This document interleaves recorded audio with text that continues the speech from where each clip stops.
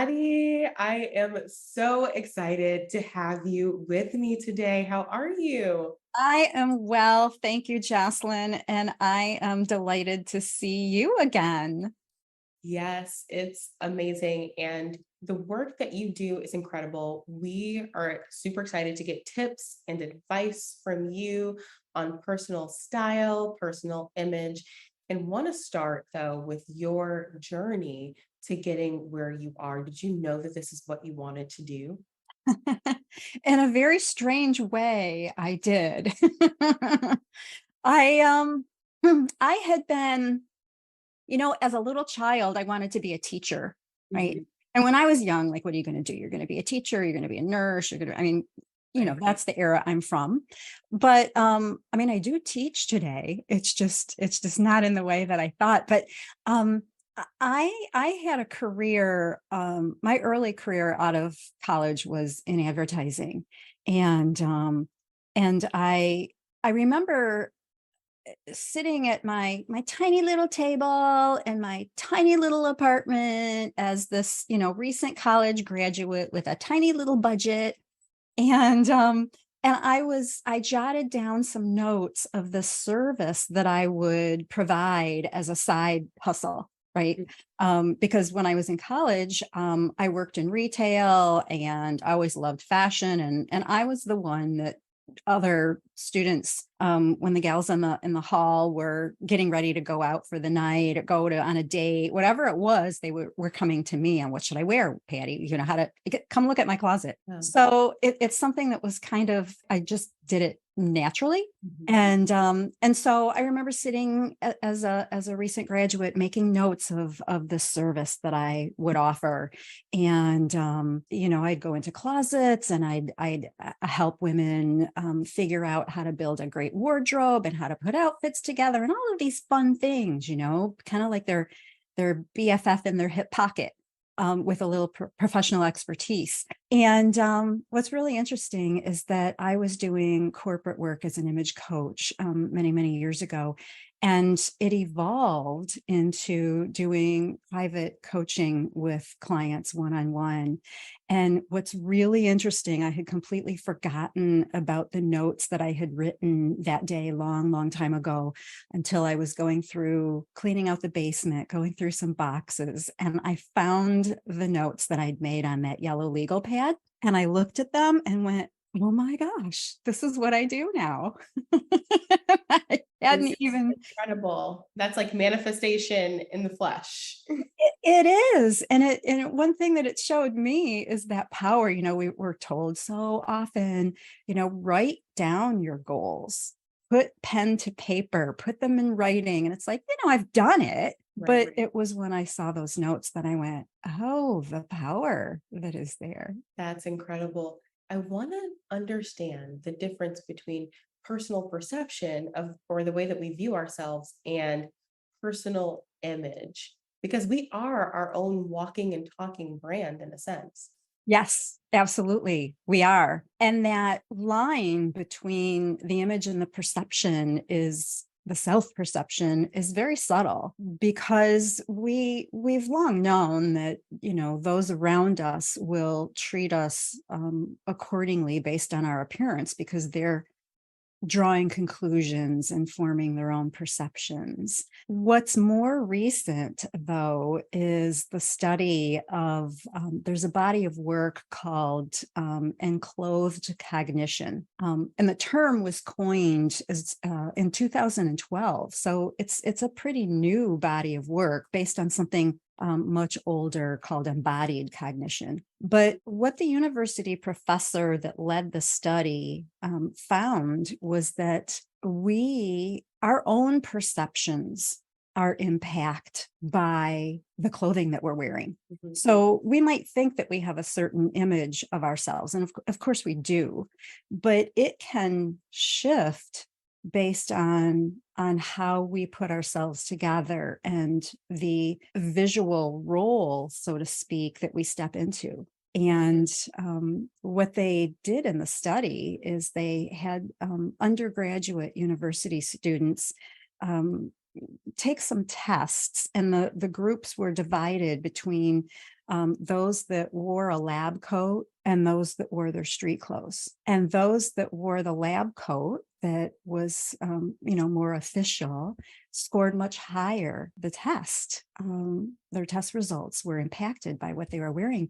But then they took it a step further and told the students, some were wearing a white coat that was identified as a painter's coat, and others were given the very same white coat and told that it was a doctor's lab coat. And based on what they believed about the clothing that they were wearing, those that believed they were in the doctor's lab coat scored higher than those that were wearing the identical piece of clothing, but had a different impression of it. That's incredible. And I think that those subtle things that we can do are often the most impactful. And as you were saying that, I was thinking of like when I'm wearing my sweats, even if I'm sitting down at this very same desk, I may have a tendency to like slouch more or like, or when I'm dressed up or maybe have on a little bit of makeup, I'm more poised and involved. And so I think it's really interesting and like paying attention to those differences. Yeah. And we can use it as a tool really, because if there's a given day that, you're having an important meeting and you're feeling a little bit off for whatever reason, you can choose, we talk a lot about confidence. So what's the outfit that exudes confidence? Because I'm not feeling it right now. Right. And So how do we do that for ourselves? And does that mean the same thing for everyone? Dressing to impress or dressing for confidence, if you will.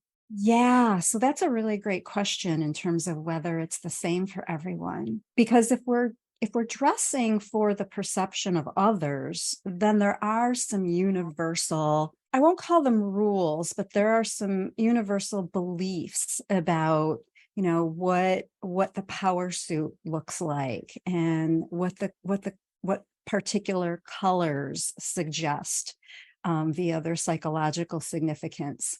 But when it comes to impacting the self perception, we will have very individual ideas of what that confidence looks like. And we will have very different definitions based on personal experiences.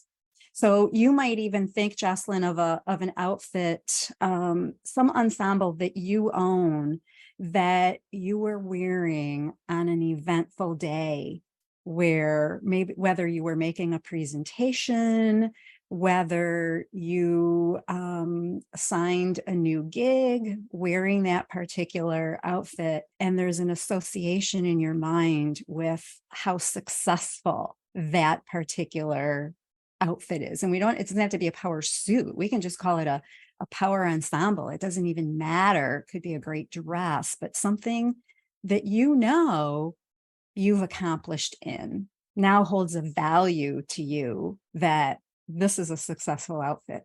Oh, I love that. So, talking about successful outfits, now I want to learn how to dress for our body types and for like our different hues because different hues look better with different colors. So, how do we learn more about that? Because I know it's definitely not one size fits all there in terms of dressing for our skin.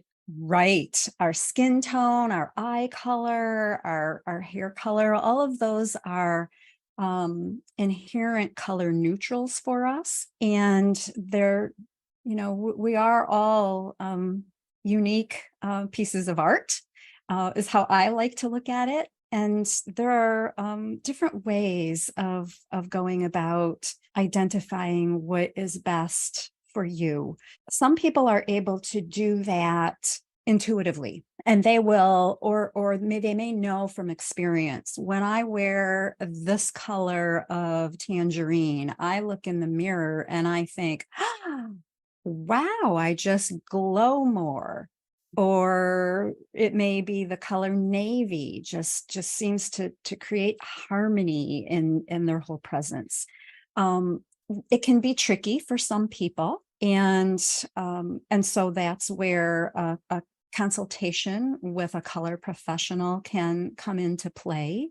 In my coaching with my private clients, we include color analysis as a very first step, because it so often is the foundation for all of the choices that will follow. Whether it's the clothing, whether it's makeup choices or eyewear frames, we can build a level of harmony or continuity in appearance when we know those hues. Um, and there are books that will help guide people as well. So it can be a self-study, it can be a consult, but there's huge power and value, I want to say, when someone really can drill down to those hues that light them up and have them looking more vibrant and energized. And, you know, when you do that and you notice, you look in the mirror and you can tell on a day when it's all going on. And that's a huge confidence booster. Oh, it is. And I can relate to that so much, and just being like, there's this one really awesome, gorgeous orange dress. But when I put the dress on me, I was like, well, I don't, it doesn't do what it did on the hanger. So knowing what works for you. And I would say, like, whatever makes you feel confident, of course, but like knowing what works for you is so helpful in terms of seeing, like, okay, that's why this translated in that way. And understanding, like you said, your color palette, or I heard this weekend, what's your color story? And I really like that terminology of understanding what works well for us. And you likened it to a painting, which I think is really great, because we're all you, or a work of art. And I think of a painting when you said that, because we're all like these unique paintings, but different paintings go in different frames. Exactly. Exactly. Yeah. Well put. Mhm. So tell me about the type of work that you do with your client, and who's your clientele really? Because I know that you started your career working as an image consultant for large companies and corporations, but now you do work a bit more on the one-on-one level as well. Yes, yes. And I primarily work with professional women, whether that means that they own their own business, as in speakers and coaches and authors, and I work with corporate professionals as well. And it spans the range of women who very often they're women who feel they didn't get the style gene, whether I have often clients will share with me that, their mom didn't teach them, they didn't have sisters to teach them about style, and it's been a puzzle. Mhm. And what we do is we, decode the mystery around it in a really fun way, and so that it's no longer a puzzle. But and that in itself can be very empowering and a confidence booster when I think I think any of us can have there'll be something in our world that we feel ill equipped to handle, and it might seem out of reach. And at some point we decide we're going to learn this. We're going to take on the challenge. We're going to do whatever it takes, whether it's learning through books or hiring a teacher or a coach or going to a class. And we manage to overcome and conquer that beast that we thought we could not. And when we do that, we come out the other side going, oh, oh, I Yeah. got that.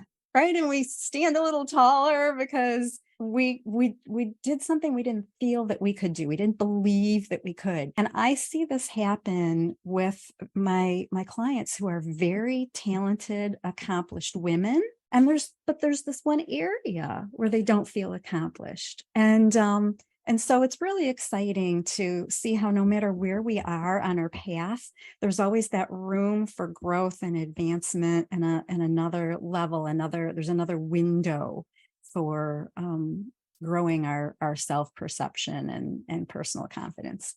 Yeah, it's so true. And I think there's, women who feel like they didn't get the style gene, or in my case, it was like, how do I dress my body? So I have really big boobs and not everything looks good, or it makes me feel frumpy. And so I had such a challenge, like finding clothes that fit properly, or like things didn't fit like they did on the mannequin. And it did take a huge hit to my confidence. And so when I finally figured that out for myself, it was incredible. But I think there's a lot that happens on that journey that goes beyond, taking a shirt or taking a dress from the hanger and putting it onto your body. I think it really is you're transforming yourself and giving yourself permission to look good and to feel good. And it goes way beyond just the outer aesthetic.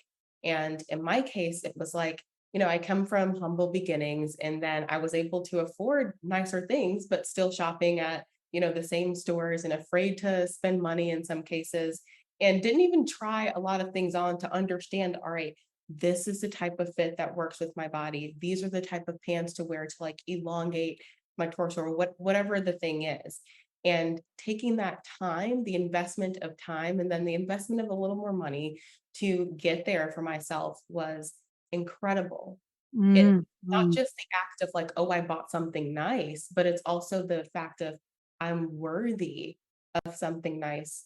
And I can only imagine that some of the clients that you work for are kind of going through similar transitions of I'm going to make that investment in myself to work with Patty and unlock this inner beauty that I know exists. So can you tell me about some of those transformations? Yes, yes. One client in particular comes to mind that I was working with very recently, and she's in a leadership role with a high level leadership role within her organization, um, and has the talent and the skills and everything that she needs. But she found that she was going to meetings and feeling a little bit off, like not feeling she was as pulled together as the others. Well, for the most part, I'm going to say on the calls, because they were primarily Zoom calls.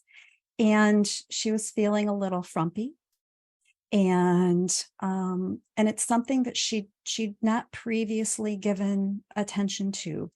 And she did, as you described, Jocelyn, give herself permission to invest in herself and also take the time to not just have someone shop for her, but to really learn how to make the choices, not just for today, but next month, next year, 5 years from now, because she learned how to choose the clothing shapes that relate to her own body silhouette, how to choose the fabrics that would flow over the curve. She has a curvier body. So what are the fabrics that relate to that and mirror her body's composition?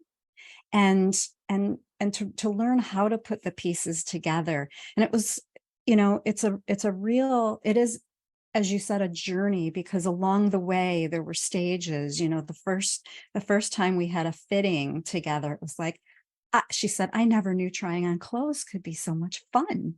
Because someone who hated to shop.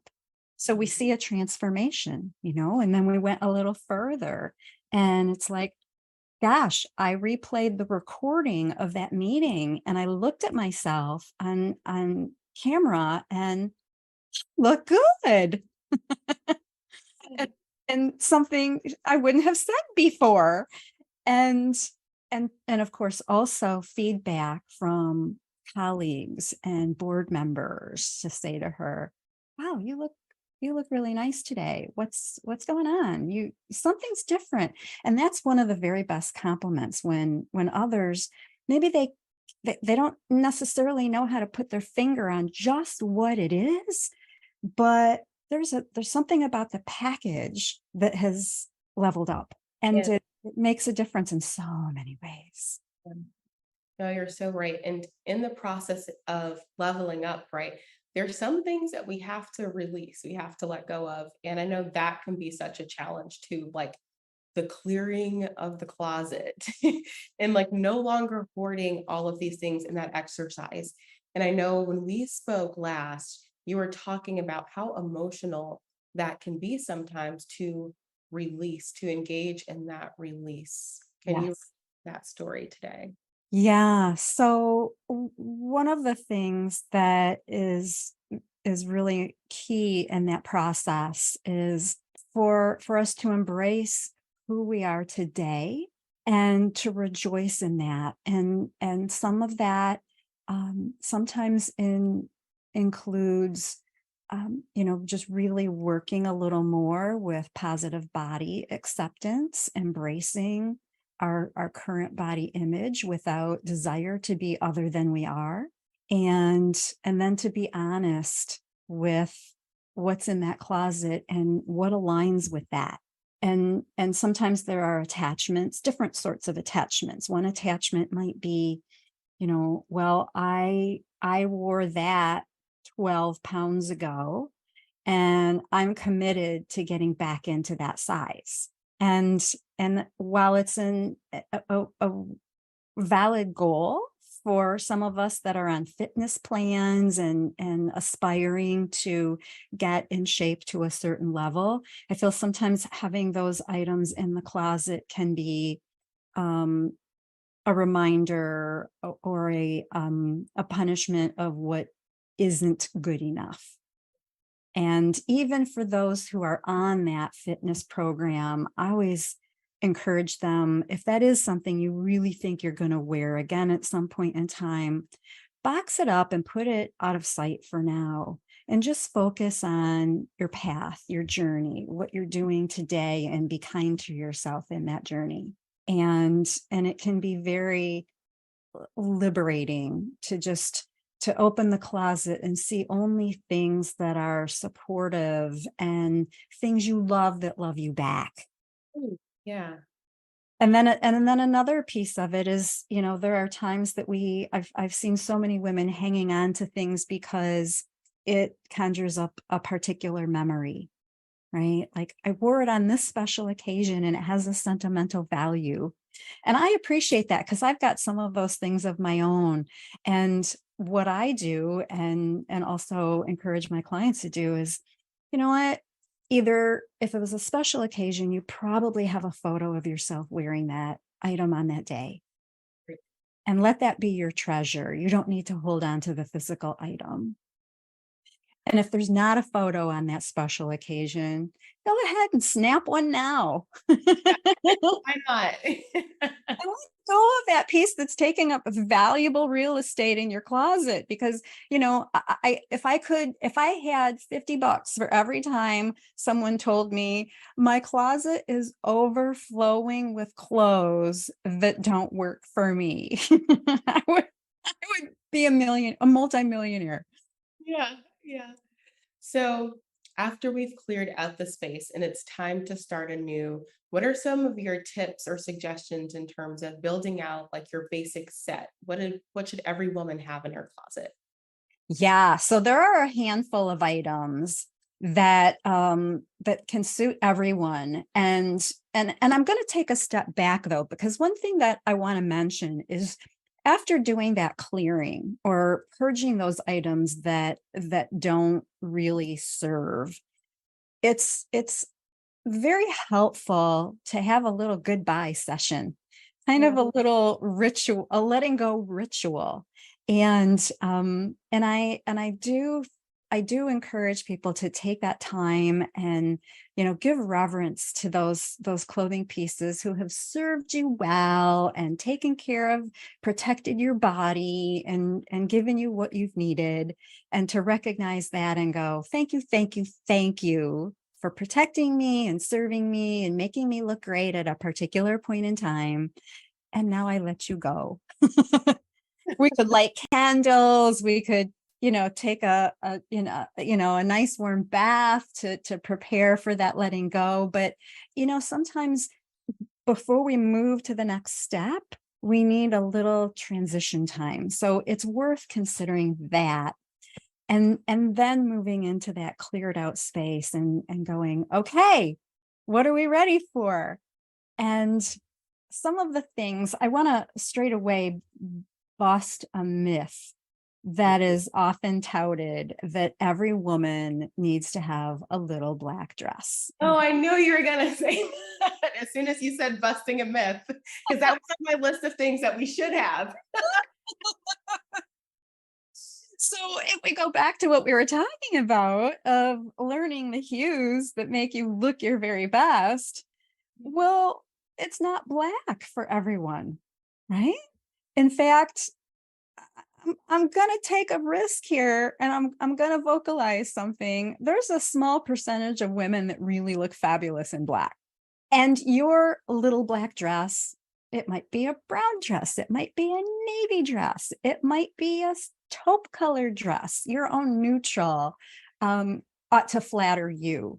That said, that little blankety blank color dress is great for everyone to have a really basic sheath dress that can be dressed up, dressed down. It can be dressed for social with a little chiffon wrap.